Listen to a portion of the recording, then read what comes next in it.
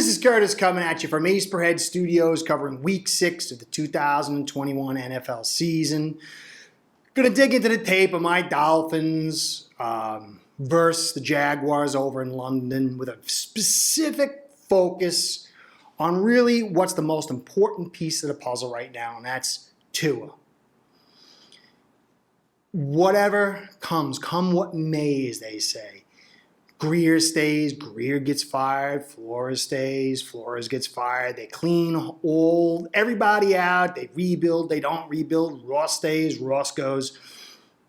Unless something dramatic happens, and you hear the talk now with the trade deadline on November 2nd about Watson, Tua is going to be on the roster, and he's the most important piece of the puzzle.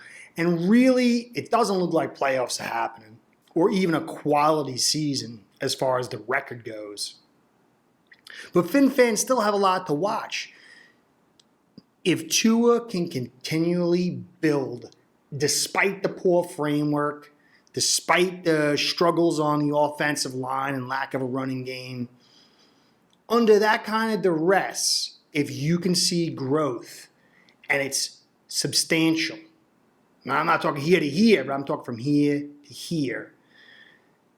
This is a big deal and gives reason for hope. So really, all eyes need to be on Tua. And I want to go back over last week's tape through the eye of the needle with just about every snap. I might have missed one or two. You're cutting that much tape. Sometimes you forget some. But after my last podcast, I got a few people who are really vehement Tua fans saying, how can you blame this all on him? How can you say he's a bust? I never said any of that stuff. You watch what I said last week. I said you could see something happen. You can't lay this all on Tua. I said that, this kid showed something. I said, but we have to look elsewhere for the real major reason why we lost. And I said, if you look at him compared to Lawrence, you have to wonder, you have to be concerned if he'll be considered elite, if he could ever reach that elite status, because it's so much easier for bigger, stronger, and faster players.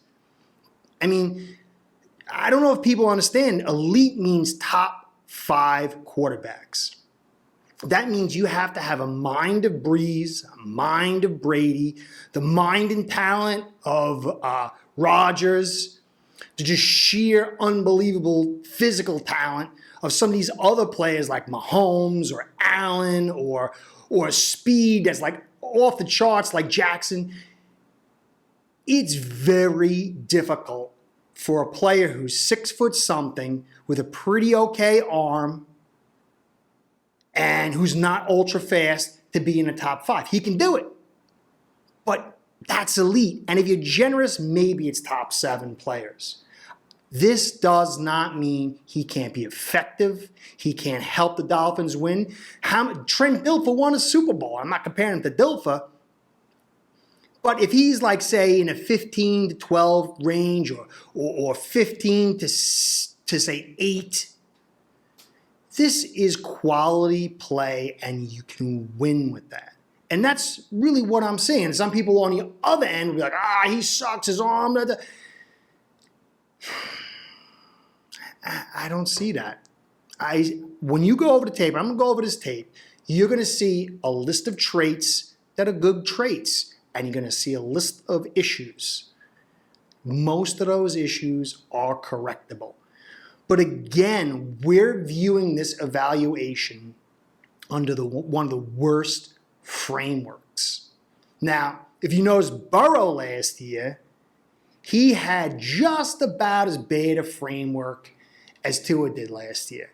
But he started to rise before he got injured.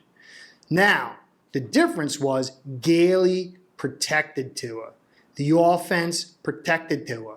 The Bengals offense, they just said, we got a superstar here. Let's put him out there and be a main item and drive the engine of this offense. And he got injured.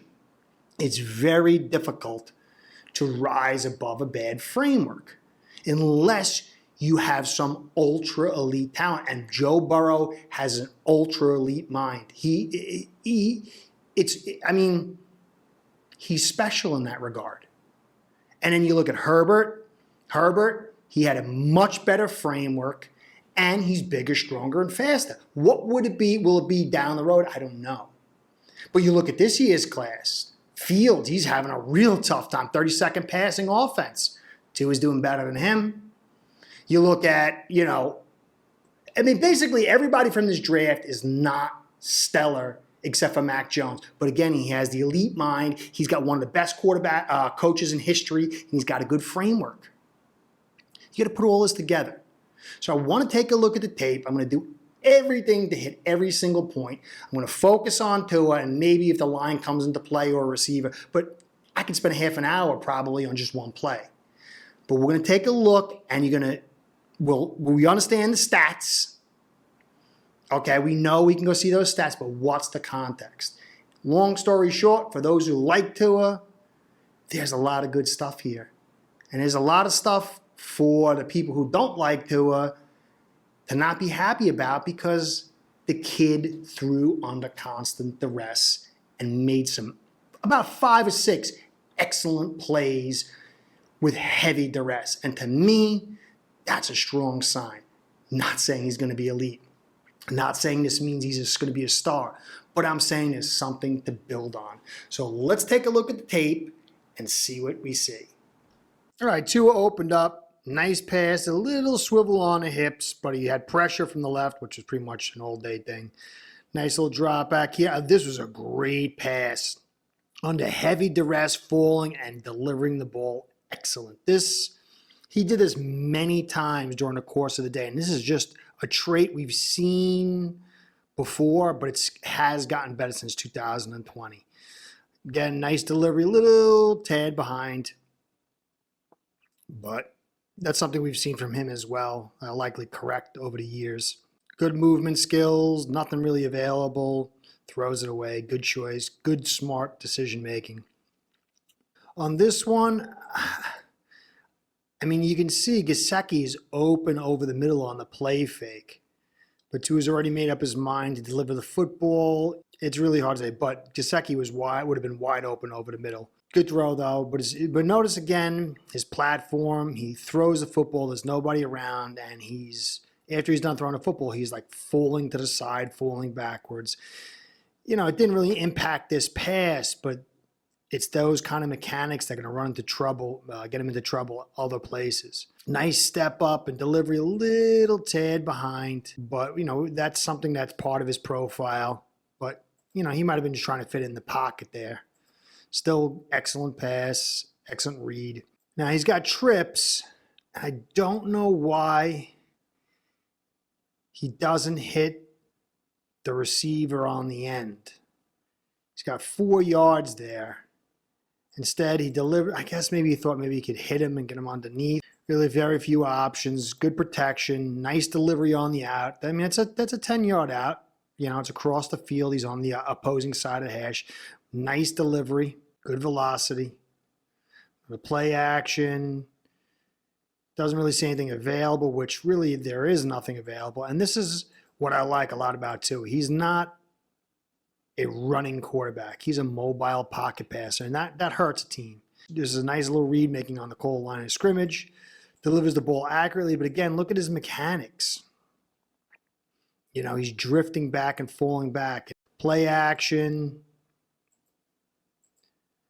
And nice delivery under pressure as he's getting hit. This was another excellent pass. But again, pressure here.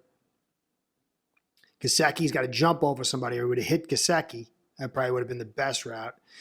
He could possibly have hit, I guess it's Albert breaking over for the post, but the pressure then interferes that. So it's really hard to make a call when you're getting that kind of pressure.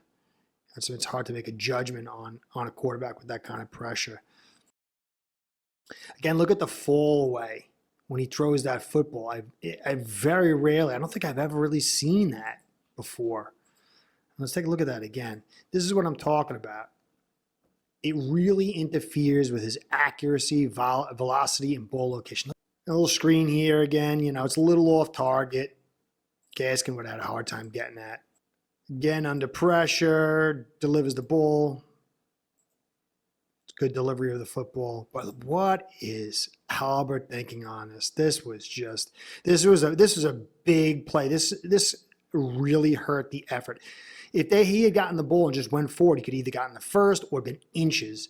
But this was such a dumb play by Albert. I don't know what he was thinking. See the drop back in here. Really, Gesicki's his only option. A little pressure coming in there. He does stand pretty tough.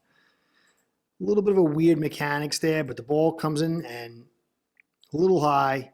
When you look over here, it was definitely a hold. Definitely a hold. Play action. And this was just, I don't know where this ball was going. He looks to the right, comes back to the left, and it goes, I don't know, way off route. Maybe just throwing it away. Another little play action here. Pressure coming in. Rolls away, delivers it across. There's a good play right here by Tua. Play action.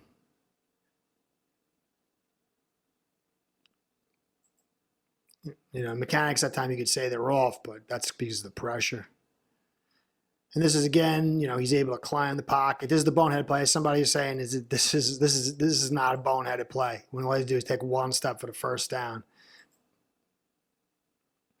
I mean, he could have on this play. I understand what he was trying to do. Right here, Waddle's breaking open. Really just been wiser just to take the first down. But some people, they thought it wasn't a boneheaded play because on the next play he does this, which was a real nice play, obviously. Can't complain about that, but all he had to do is take that first right there. I see what he was trying to do, but still. This was a real nice throw. Very nice and a little undercut. Good read, good chemistry between him and Hollins. Nice play, but you're not always going to get that. You got to take everything you got because you don't know if you get a next play. Very nice read. And look at his delivery. You see that right there? Look at his delivery of the football, his mechanics, how he doesn't spin out of control. And look at the velocity on it and the location. See that? Don't like the kick that much, the high kick that much, but still, look, you see how he lands back and places his balance, a lot more balance, and the ball comes in hot and on delivery. Go back. I said if you're really a connoisseur of the game, go back and check Drew Brees and just imagine if Tua could really maintain that level of mechanics. Play action. This is the play that never works. This is the play action to nowhere. This is the same result every time or a throwaway. I don't know why on a critical drive like this they decide to use that well. There's another play where they actually have a rollout. It's successful, but because the formation is totally different. This formation that you saw always ends like this. You want to say like maybe that hook right there probably should have been a penalty. Yeah, that definitely round the neck thing might have been a penalty. Might have warranted a penalty. This ball was off. It really almost got Gaskin killed. Tua was under pressure, but he still needs to deliver that ball a little better. But on here, I think Tua thought he was going to keep going, but that wouldn't have been the right move. I don't know. And then there's this ridiculous play on first down. Again in the end zone, the pass. And Jackson getting beat. This is another one that he's got to improve on. Drops back, and the balls, he really should have had Waddle on the turnaround. But instead he goes to Smythe, and the ball it goes to the wrong place. Almost interception. Drops back here. Nice read, but the throw's a little behind. Getting the roll out here. But this is a nice throw. Put them in position. I think he would have been better off hitting the tight end here. Gesicki is also coming open over the top. but I think the pressure really forced him to make the early throw. I still think he could have hit a tight end, but at least he got it off. Let's see the pressure. Again, this is him. He's able to squirt through and really, force the defenses to respect the middle. He's not going to kill you, but he's going to give you the death of 1,000 cuts. There's another one here. Drops back. Lot of traffic. This is another nice pass and a lot of traffic. This is maybe his 4th or 5th pass play in heavy traffic and heavy duress. I really like this one. That was an excellent pass. This is what I've gone over many videos. He likes to throw behind. Doesn't have the greatest arm. So going down deep when it's tight like that, plus there was really with the safety over the top like that, this was the only option. But he's really good with these kind of passes. I expected more with him and Parker. And I don't know if this was a push-off. I don't know. I don't see any arm extension. That was just a really weird, I don't know. This is where he can get better.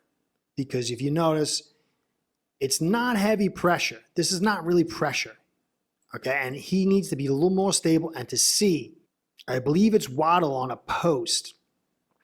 And the safety has got his back towards the high point of the route. So leverage goes to Waddle. If he had read this right, this would have been an easy big play. Look at this. Instead, he throws, I think it's to Hollins or whoever on the fly instead of the post. And that was a no-go. It was short and ugly. But if you go back and look at that again, if he had just waited one more second longer, he had time.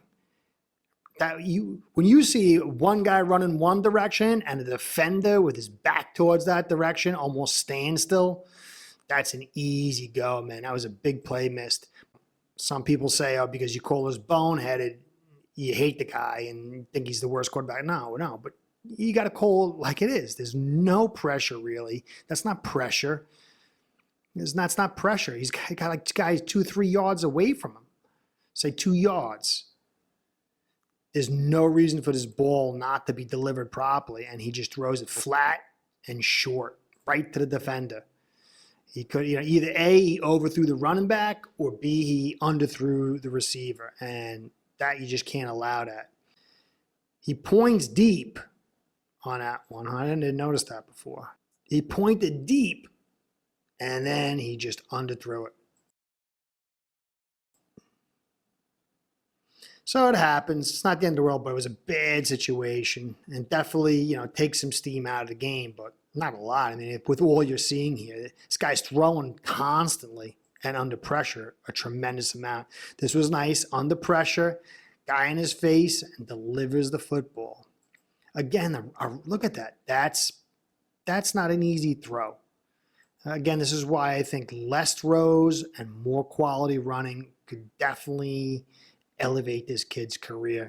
The play action, what I've been talking about for a while, play action over the middle, attacking over the middle, a little behind. What are you going to do? It's the end of the world. This is a little behind too, but that's, if he fixes his platform, look, I see him on this one with Gesicki, he's falling away when he throws it, and it's a little behind. See this one, again, he's got to get that one off a little bit because there's a guy coming towards him, but anytime your platform is not perfect, you run into problems. Nice drop back. Person in his face again and delivers it on the out. Very nice. And that's a decent amount of pressure in your face, especially when you're only like 6 feet tall. Not bad. Very nice, actually. Now this, again, he's falling away when he's throwing. And look where the ball went. Really put the receiver in jeopardy. Kind of falling away, and there's no need for that. This was a poor throw, I think, because if he dropped it in the hole, see on this one, the safety's moving to the right. If he had dropped that in the hole, like right at the 8-yard line, right there at the right hash.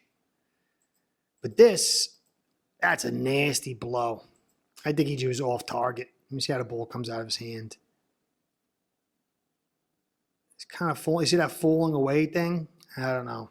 I mean, maybe you can make a case from putting it there but you could have just dropped it in over the top.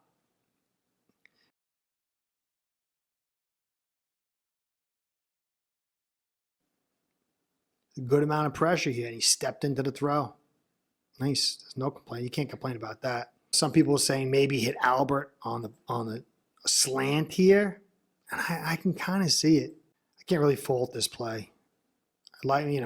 Albert's not really like been a hot to trot receiver for you. I can see how your eye naturally goes to Gesicki. Maybe I'd like to see that head a little more to the right, looking a little more to the right. Maybe he would have seen it, but it was it started out. His vision really never seems to be looking to the right. It started out center and went quickly to the right. And I think, let's look at it one last time. I'm sure the pressure's got to be on his mind too. So overall, though, man, I can't really complain about the game. We're coming off a layoff with a rib injury. So, all right. So you look at the tape. It was definitely the two boneheaded plays, which happens. He's young. He's a rookie. He just came off a layoff. He has a little too many of these over the course of his career. But these are highly fixable. Yes, his mechanics continue to be an issue, but there were times, if you notice when I pointed out, that they were in line, that the pass came out with good velocity. To me, if you look at Drew Brees' mechanics and Tom Brady's mechanics, they waste no motion. They throw with balance. They throw with torque. Everything is down to a science with their mechanics. If I took those mechanics out and just popped them into Tua, what would his throwing look like? Now, this doesn't mean he can achieve those mechanics, but the possibility is there. But you saw him also throw with heavy pressure, under duress, find the receiver. He also saw some poor location at times. But overall, for a guy's in ninth or 10th game or something, he hasn't even had a full season yet. This is not terrible tape. Yes, it's against Jacksonville. But he's coming off an injury, and he's playing with broken ribs, and he hasn't played in a couple of games, and he's got a poor offensive line, and he's got a not a so good staff. I mean, just imagine if you popped Gailey in, a better offensive line, and better mechanics, what you would see. So there is possibility. I don't think this kid's a bust. I think this kid is hovering around the 20 mark now, with all things added in. And if he can improve, there will be growth. Now, top 5 pick, you're supposed to get a Hall of Fame player. Doesn't work out like that. Look at all the quarterbacks picked. How many of them are all going to be Hall of Famers? So it's not just about elite or bust. It's more than that. And I think that if the Tua lovers and the Tua haters can just not suffer from cognitive dissonance, I'll go over that term another day, which means getting emotionally disturbed when things don't fit your truth, you'll see that somewhere in the middle is where Tua is. And something good can come out of that, but also maybe not good enough. But we'll see. That's the beauty of it. Let's keep watching tape. As Fin fans, let's keep our eyes on Tua. This is Curtis saying thank you for staying to the end. Please like, comment, and subscribe. Comments mean the most. I'm only here to basically put forth information, tape, facts, analytics, and my opinion, and listen to you guys. I search through the comments. I read every comment. I try to get back to every comment because for me, it's a two-way street of evaluation. I need to check my stances, my beliefs, and I'm willing to readjust. I want to readjust. I have to because I'm not going to be right about everything, but I want to get there. I want to get to right. So your comments mean the most. Subscribes and likes help us with our Google overlords. Keeps us in business. I really like doing this. I'm really starting to feel comfortable. I write, and that's my jammy, as I said in the past, the young kids say. But I'm getting into this, so I want to keep that going. I want to give a shout out to our sponsors. Ace Per Head Sportsbook, they're the best online sportsbook in the business. They want to let you know they're world-class software. You can get in on the action as a bookie with friends, family, and coworkers, with everyone you know.